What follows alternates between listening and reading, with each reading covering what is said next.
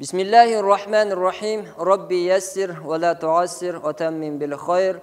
Ассаламуғалейкум ва рахматуллахи ва баракатух. Құрметті көрермендер, құрметті шәкірттер, құрметті жамағат, бүгінгі өтетін сабағымызда һә әрпін өтетін боламыз. Һә әрпінің фатхамен, кәсрамен, даммамен келгендегі оқылуын, және һә әрпінің сөздің басында, ортасында, соңында жазылу түрлерін, одан кейінгі басқа әріптерге қосылып оқылатын түрлерін, атауларын үйренетін боламыз. Онда бисмилля бастайық.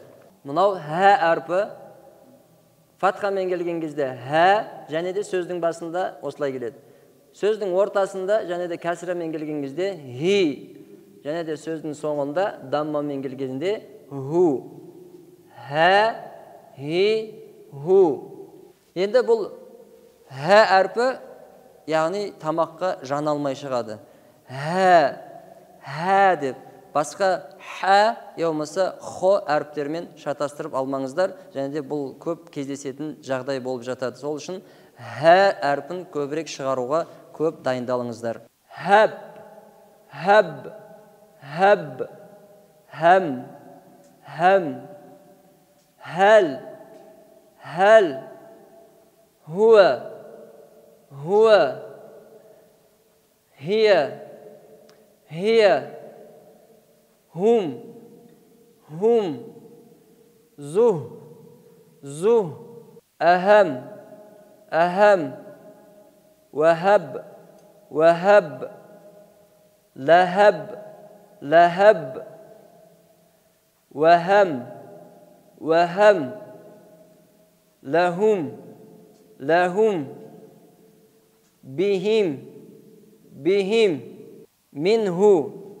minhu, minhum, minhum, ilayhi, ilayhi, ilayhim, ilayhim, amhilhum, amhilhum.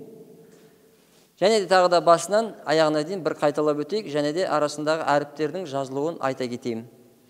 Һә әрпінің мына сөздің басында жазылатын.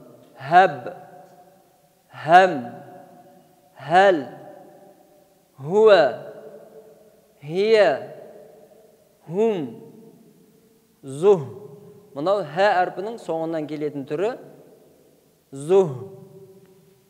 Мынау һә әрпінің сөздің басында келетін әхәм, вәхәб, ләхәб.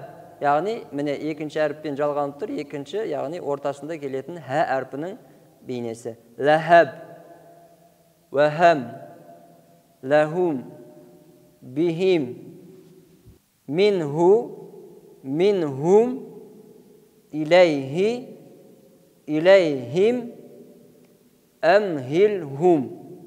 Құрметті көрермендер, құрметті шәкірттер, құрметті жамағат, бүгінгі міне дәрісімізде өткен әрпіміз һә, келесі сабақтарда кездескенше. Ассаламуғалейкум ва рахматуллахи ва баракатух.